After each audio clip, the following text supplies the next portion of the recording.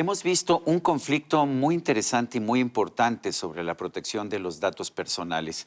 El hijo del presidente de la República, José Ramón López Beltrán, ha venido insistiendo que él es un ciudadano privado y que por lo tanto se le debe dejar en paz, que no se debe dar a conocer información sobre sus actividades, sobre sus ingresos, sobre su actividad laboral.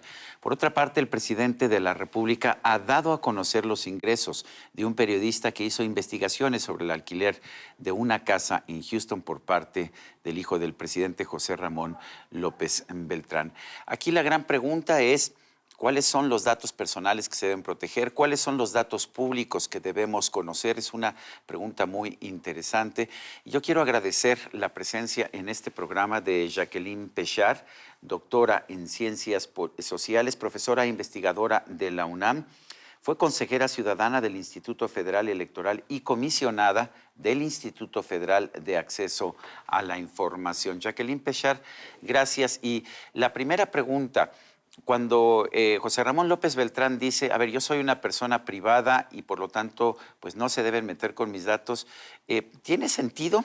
A ver, tiene sentido si no fuera una persona que está vinculada tan estrechamente con el presidente de la República, sobre todo cuando el presidente ha hecho particular énfasis en el combate a la corrupción.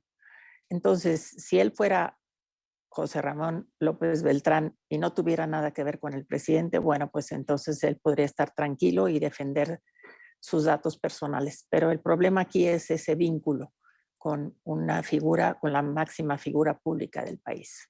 ¿Qué tanto podemos y debemos saber sobre las transacciones de una empresa petrolera como Baker Hughes en nuestro país?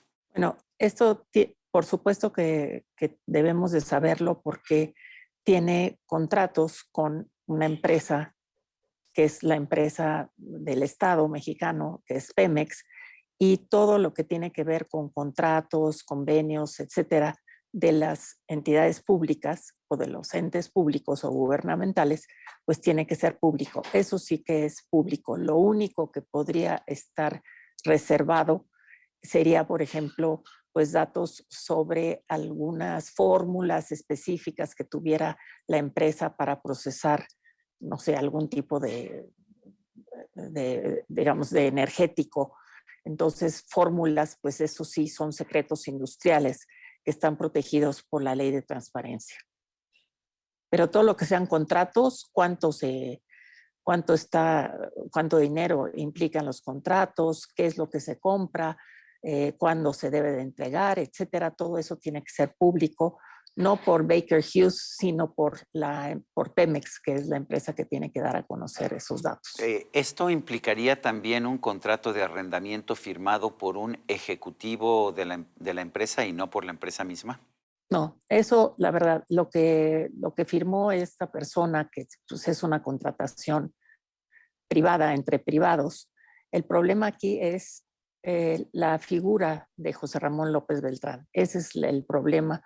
Y la investigación, fíjate tú que pues esos contratos esos contratos que son privados entre dos personas privadas, pues cobran la luz pública a partir justamente del vínculo que tiene José Ramón, ¿no? El presidente de la República dio a conocer los ingresos, o lo que dijo que eran los ingresos de un periodista que dio a conocer esta información, de Carlos Loret de Mola. Después reconoció que estaba equivocado en por lo menos uno de los rubros, ya que este periodista, como es público, no trabajaba ya para la empresa Televisa. ¿Tiene el derecho el presidente? El presidente dice que tiene derecho porque los periodistas están trabajando para medios concesionados por el Estado. ¿Tiene derecho de hacerlo el presidente? No, no tiene derecho. Está impedido por la Constitución y por la Ley General de Protección de Datos Personales en posesión de sujetos obligados, que son gobiernos o entes públicos, poderes, etcétera, ¿no? Entonces, el presidente no puede dar a conocer los datos de un periodista, los datos patrimoniales, los datos de salario. Eh, y él dice que, pues, porque ustedes son figuras públicas, reconocidas por todo el mundo, pero el hecho es que sean figuras que tienen visibilidad pública, pero lo que las hace tener el derecho a ser protegidas en sus datos personales, es decir, a tener una esfera de privacidad muy fuerte tiene que ver con que tienen visibilidad pública, pero no reciben recursos del erario. Entonces, digamos, hay otros países, los países nórdicos, en donde los medios de comunicación, como usan el espacio radioeléctrico, pues sí tienen que dar a conocer sus contratos y en fin, los recursos que tienen y que gastan. Pero en el caso de la mayoría de los países como México, la ley sí protege a los medios y por lo tanto también protege a ustedes los comunicadores como entes privados que no reciben recursos del erario público. Dices, Jacqueline, que en los países nórdicos sí hay esta obligación para los periodistas que trabajan en medios que tienen concesiones públicas. El presidente ha dicho que No, aunque la ley... no para los periodistas, para para los los medios medios. nada más, pero no para un Sí, periodista. para los medios. El presidente dice que por ética profesional un periodista debería dar a conocer sus ingresos, un periodista importante como pues Carlos Lorete Mola o algunos otros de nuestro país. ¿Qué opinas? Bueno, yo creo que lo que dice la ley es que cuando los datos personales son datos que el Estado tiene que proteger. Y tiene que proteger porque la privacidad lo que implica es el derecho a que no interfieran, a que no entromisión en tu vida Se privada. entrometan, ¿no? Sí. Entonces, que no se, sí, perdón, que no se entrometan. Entonces, bueno, lo que dice el presidente es que por ética lo debían de dar. Sí, la ley prevé que si tú das tu consentimiento para que se den a conocer, pues se pueden dar a conocer, pero eso depende en todo caso de la persona. Yo creo que no tiene que ver con la ética porque aquí es un derecho al que tiene ustedes los comunicadores, como cualquier otra persona, como lo tengo yo, como lo tenemos cualquiera otra que no trabaje o que no reciba recursos públicos. Entonces, la ética está en hacer el trabajo que ustedes están comprometidos, el periodismo, se trata de informar adecuadamente, informar con veracidad, eso sería la ética respecto de su propio, pues, de su propio trabajo, ¿no? ¿Qué pasa cuando no estamos hablando de un periodista, sino de un crítico del gobierno? El presidente dice que hay periodistas que no están haciendo periodismo, sino que están comprometidos en campañas para difamarlo, en campañas para debilitar su gobierno y el proceso de transformación que él encabeza. En ese caso, ¿hay la posibilidad, es legal que si es un adversario político se den a conocer sus ingresos personales? Pues menos aún, porque pues la Constitución y la ley, por supuesto que protege a los privados, sean del mismo bando, digamos, del gobierno o sean opositores. En un régimen democrático y sobre todo en un Estado de derecho democrático, obviamente las personas críticas tienen que tener protegidos sus derechos como críticos porque es parte de la lógica del sistema democrático. El presidente lo que pasa es que pues no acepta que tengan derechos los opositores y entonces él abiertamente los denosta, los desacredita y creo que eso es lo que ha pasado en estas situaciones. Más bien, él que dice todos los que están en el lado, en el bando, digamos, de oposición a mi gobierno, deberían de tener otro tipo de, digamos, de reglas de ética diferentes a las que tienen ellos. Entonces, así como él defiende que su hijo sea protegido, aun cuando él está ligado a la máxima figura pública del país, pues debería de defender el derecho a mantener sus datos personales en, pues, en confidencialidad. ¿Cómo surge esta legislación mexicana de protección de datos personales? ¿Fue una legislación que impulsaran los partidos conservadores de nuestro país, los grupos reaccionarios? No, pues todo lo contrario.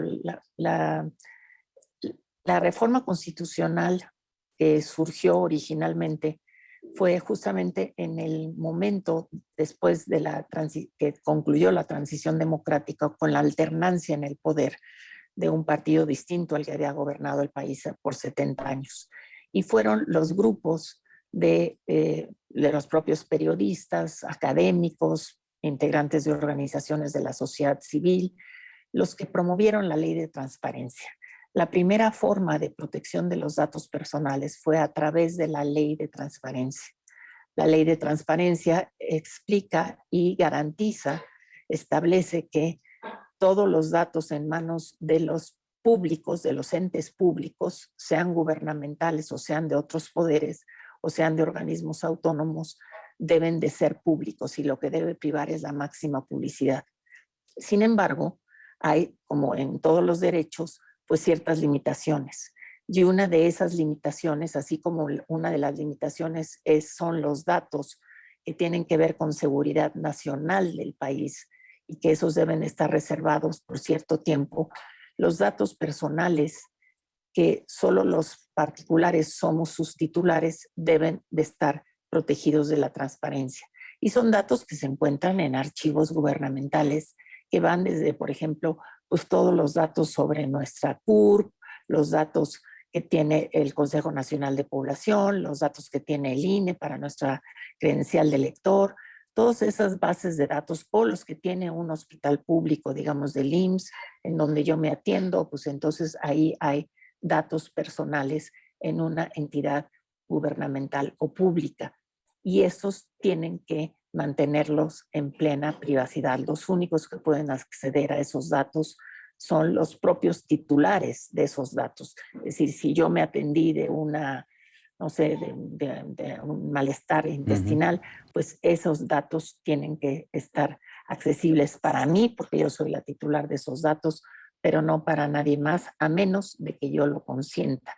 Pero ni siquiera para mi esposo ni para mis hijos. Esos son datos que solamente están ahí para el titular de los mismos. Jacqueline, no hay ninguna legislación perfecta en el mundo. Tú conoces la mexicana, conoces las leyes de protección de datos personales en otros países del mundo. ¿Tú piensas que habría que modificarle algo a nuestra legislación?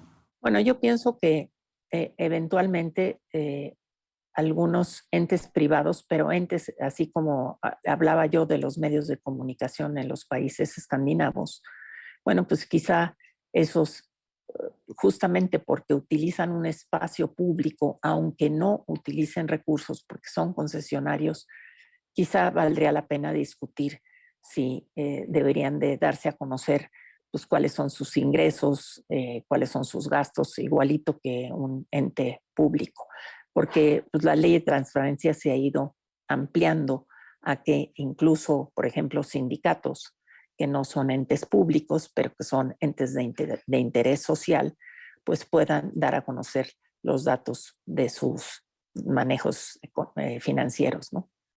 ¿Por qué es importante, Jacqueline, el mantener bajo secreto los datos privados? Sé que hay países también en el mundo escandinavo en donde se está alcanzando un punto en que muchísimos datos, sobre todo de ingresos y de impuestos pagados, se están haciendo públicos. Hay quien piensa que esto es una violación de los derechos personales, hay quien piensa que es necesario para una mejor sociedad. Me gustaría una reflexión tuya sobre eso. Sí, yo estoy convencida de algo que decía un ministro de la Corte norteamericana, fíjate, a principios del siglo XX, Louis Brandeis. Él afirmaba que la protección de la privacidad es uno de los derechos más civilizatorios que existen. Y es efectivamente es un derecho que lo que permite es eso, que no se metan en tu vida, que te dejen estar solo, así decía el ministro. Y yo creo que esa es una parte efectivamente que te protege a ti como privado, por supuesto, mientras no hagas ningún tipo de ilícito, ¿no? En el momento que haya un ilícito, pues por supuesto que las autoridades pueden intervenir, ¿no? Si tu esposo te golpea o si hay un maltrato a los hijos, etcétera. Entonces ahí hay razones por las cuales se debe de intervenir en una esfera privada.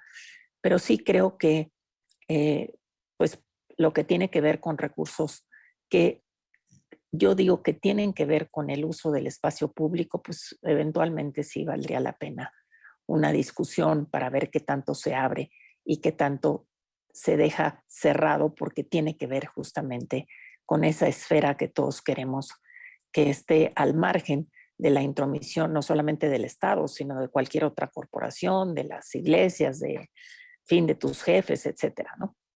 Pues Jacqueline Pechard, académica, investigadora, profesora investigadora de la Universidad Nacional Autónoma de México, excomisionada del Instituto Federal de Acceso a la Información. Gracias como siempre por esta conversación. Al contrario, gracias a ti, Sergio. Encantada de estar con tu auditorio. Gracias. Y a usted, amigo televidente, que hace posible este programa, se lo agradezco también.